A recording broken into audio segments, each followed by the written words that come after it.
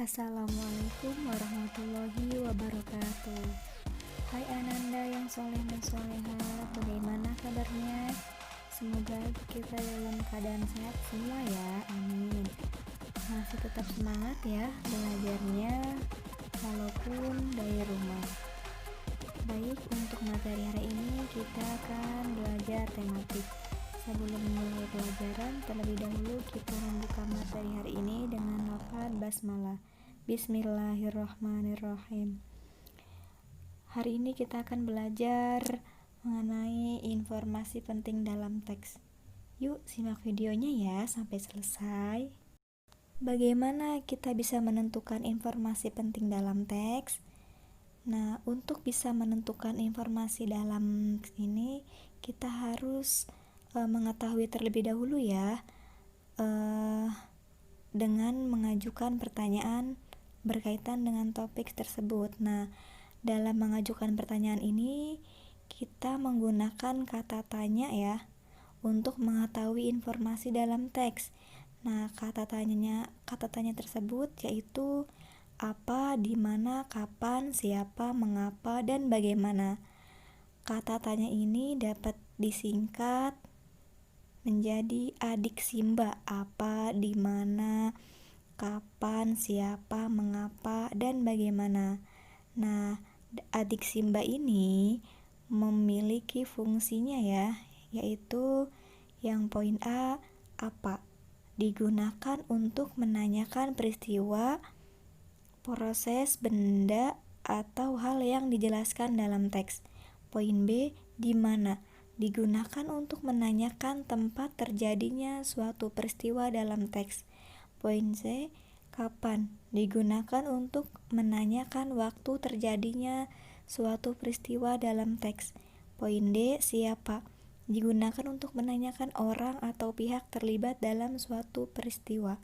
Poin E, mengapa, digunakan untuk menanyakan sebab atau alasan terjadi suatu peristiwa dalam teks. Dan yang terakhir, poin F, bagaimana, digunakan untuk menanyakan proses terjadinya suatu peristiwa dalam teks. Nah, setelah kita dapat mengetahui fungsi adik Simba ini, baru kita bisa membuat atau mengajukan pertanyaan ya. Berikut ada contoh teks dan pertanyaan dengan kata tanya adik Simba. Ibu bacain ya teksnya. Teks ini mengenai katak sang hewan amfibi. Pada saat atau setelah hujan, kita sering mendengar suara-suara khas dari katak. Katak merupakan hewan yang sering melakukan aktivitas saat hujan tiba. Ia juga suka berenang sampai-sampai salah satu gaya renang diberi nama sesuai dengan namanya. Selain berenang, katak juga mahir meloncat. Kaki belakangnya yang lebih panjang membuatnya dapat meloncat jauh. Katak tidak hanya dapat kita temukan saat hujan atau di sungai saja, katak juga dapat kita temukan di sawah. Hal ini disebabkan katak menyukai tempat-tempat yang berair. Meskipun katak menyukai air, katak bukan termasuk jenis ikan yang hidup di air.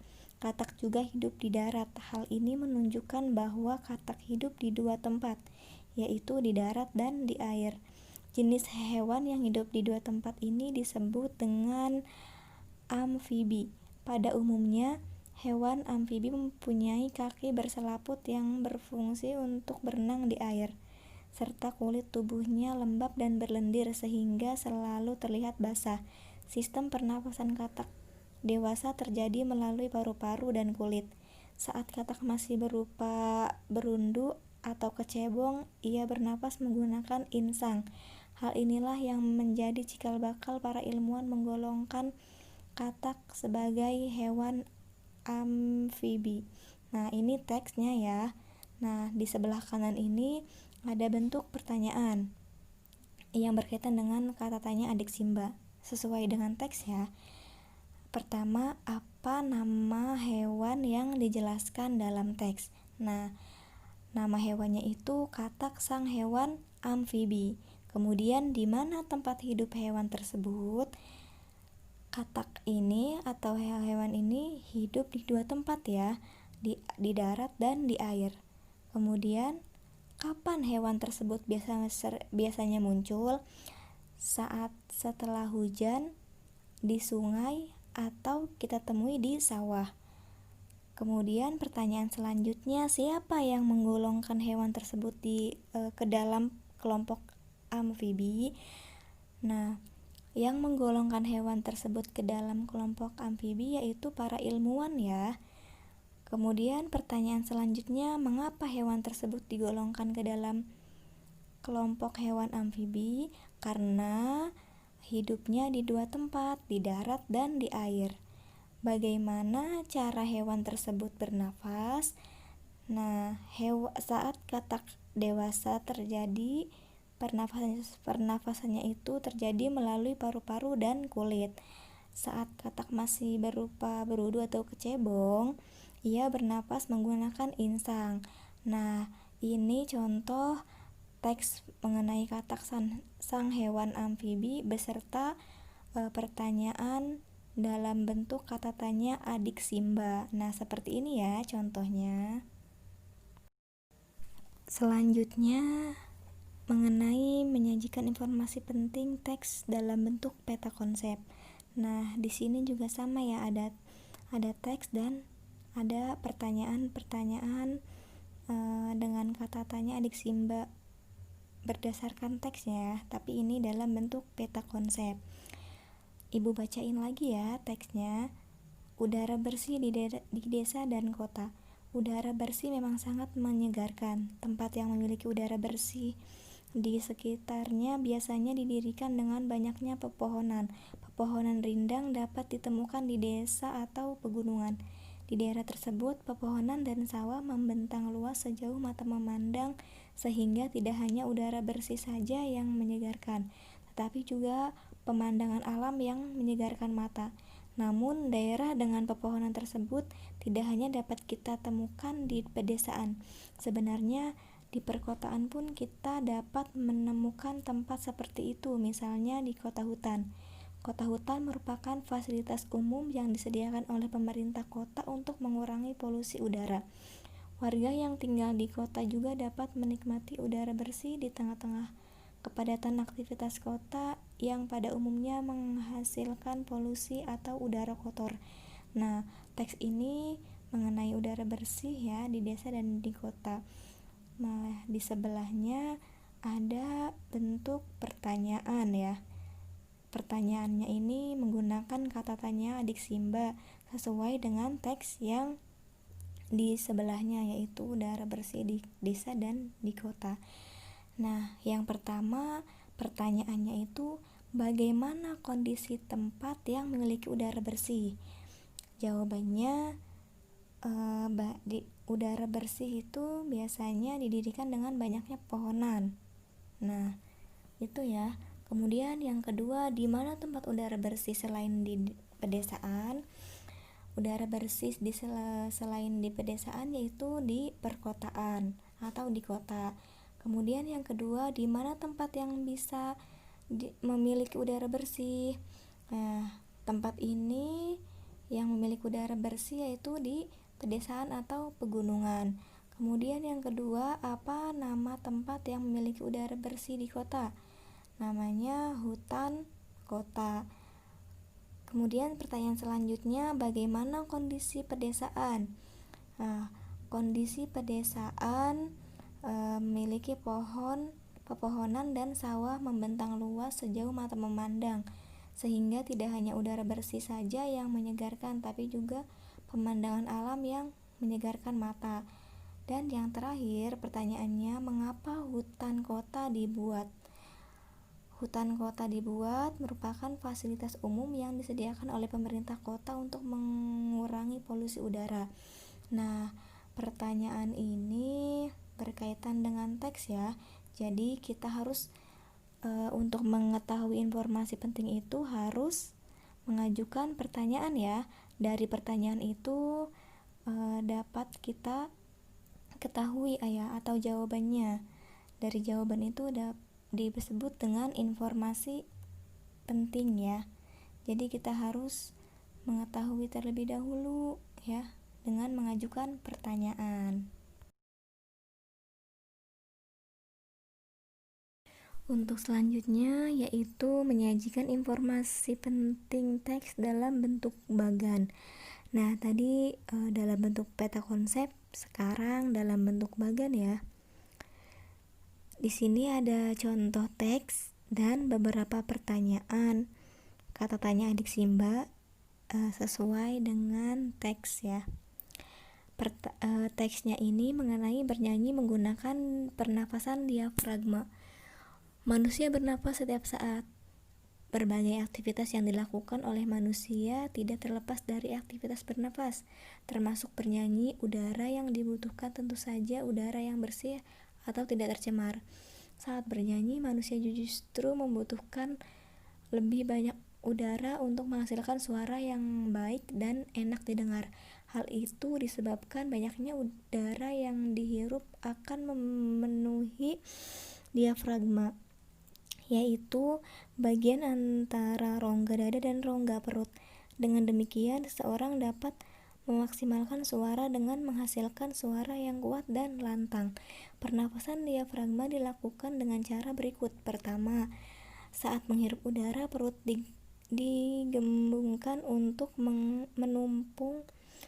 menampung oksigen yang menunjukkan bahwa otot diafragma sedang bekerja. Kedua, setelah menghirup udara, tahanlah nafas sejenak dan rasakan otot-otot perut mengencang. Ketiga, hembuskan nafas melalui mulut dan rasakan pergerakan perut yang perlahan mengempis. Hal yang perlu diperhatikan dalam pernapasan ini adalah otot leher dan pergerakan dada saat bernafas tidak dilakukan untuk menghemat energi termasuk dalam bernyanyi. Nah, ini contoh teksnya ya. Setelah kita membaca teks dengan saksama, baru kita bisa membuat pertanyaan berdasarkan teks ya. Dan pertanyaannya ini dengan menggunakan kata tanya adik Simba. Berikut ada beberapa pertanyaan dengan menggunakan kata tanya adik Simba. Pertanyaan itu sesuai dengan teks yang tadi kita baca ya, mengenai bernyanyi menggunakan pernapasan diafragma. Pertanyaan pertama, bagaimana seharusnya sikap seseorang saat bernyanyi? Memposisikan diri agar udara yang dihirup akan memenuhi diafragma, yaitu bagian antara rongga dada dan rongga perut. Pertanyaan kedua, apa manfaat pernapasan diafragma saat bernyanyi? Manfaatnya dapat memaksimalkan suara dengan menghasilkan suara yang kuat dan lantang. Kemudian pertanyaan selanjutnya, bagaimana langkah pertama melakukan pernapasan diafragma? Pertama, saat menghirup udara, perut digembungkan untuk menampung oksigen yang menunjukkan bahwa otot diafragma sedang bekerja. Pertanyaan selanjutnya, bagaimana langkah kedua melakukan pernapasan diafragma? Langkah kedua, setelah menghirup udara, tahanlah nafas sejenak dan rasakan otot-otot perut mengencang. Selanjutnya yang terakhir, bagaimana langkah ketiga melakukan pernapasan diafragma? Langkah ketiga ini menghembuskan nafas melalui mulut dan rasakan pergerakan perut yang perlahan mengempis. Nah, itu contoh informasi penting teks dalam bentuk bagan. Lalu apa sih perbedaannya dalam bentuk antara bentuk peta konsep dan bentuk bagan? Perbedaannya itu, kalau dalam bentuk peta konsep kita menjawab pertanyaannya secara tersusun ya, yaitu dari paragraf atau baris pertama ya, kemudian lanjut ke paragraf kedua dan seterusnya. Kalau dalam bentuk bagan itu menjawabnya kita tidak secara tersusun atau ngacak ya, jadi tidak mesti harus dari paragraf pertama atau baris pertama. Nah, contohnya kayak tadi yang pertanyaan pertama itu, bagaimana seharusnya sikap seseorang saat bernyanyi? Nah, itu kan jawabannya ada di ini ya, yang mendekati paragraf kedua. Jadi tidak mesti jawabannya itu harus ada di atas ya. Jadi seperti itu perbedaan antara dalam bentuk peta konsep dan bagan. Kemudian yang terakhir, menyajikan informasi penting teks dalam bentuk tabel. Dibaca terlebih dahulu ya teksnya. Udara bersih di dalam kamar. Setiap hari, Nina selalu bangun pagi dan merapikan kamar tidurnya. Ia selalu membuka pintu tirai dan jendela kamar untuk mendapatkan sinar matahari dan udara segar pada pagi hari. Udara pagi merupakan udara bersih dan segar yang belum tercemar polusi. Terlebih jika ada pepohonan di luar. Nina membuka jendela kamar agar udara di dalam kamarnya bertukar dengan udara bersih dari luar. Jika tidak terjadi pertukaran udara di dalam kamar, kamar akan menjadi pengap dan udara menjadi berbau. Hal itu menunjukkan bahwa udara di dalam kamar sudah tidak bersih lagi. Nina merasakan manfaat membuka jendela kamarnya setiap hari. Ia dapat memperoleh udara bersih tidak hanya untuk bernafas tetapi juga untuk membuatnya nyaman beraktivitas di dalam kamar. Jika udara di dalam ruangan tidak bertukar dengan udara di luar, akan menyebabkan ruangan terasa panas dan berbau. Karbon dioksida yang dikeluarkan saat bernafas berkumpul semakin banyak. Nah, ini contohnya ya, udara bersih di dalam kamar. Berikut pertanyaan beserta jawabannya. Pertanyaan yang pertama, apa yang dilakukan Nina setiap pagi? Jawabannya, membuka tirai dan jendela kamar. Pertanyaan yang kedua, mengapa Nina membuka jendelanya setiap pagi? Nina melakukan kegiatan itu agar terjadi pertukaran antara udara di dalam kamar dan udara bersih dari luar. Pertanyaan yang ketiga, bagaimana Nina menjaga kebersihan udara di dalam kamarnya? Jawabannya, Nina membuka tirai dan jendela kamar setiap pagi dan menutupnya kembali menjelang petang. Nah, ini contoh informasi teks dalam bentuk tabel. Jadi, setiap kita ingin mengetahui informasi penting, kita terlebih dahulu harus membaca teksnya ya sampai selesai. Kemudian setelah kita membaca teksnya, baru kita bisa membuat pertanyaan ya dengan menggunakan kata tanya adik Simba. Pertanyaan itu sesuai teks yang kita baca ya. Semoga Ananda bisa memahaminya. Demikian yang dapat guru sampaikan. Kurang lebihnya mohon maaf. Kita tutup materi hari ini dengan membaca lafaz hamdalah. Alhamdulillahirobbil alamin. Wassalamualaikum warahmatullahi wabarakatuh.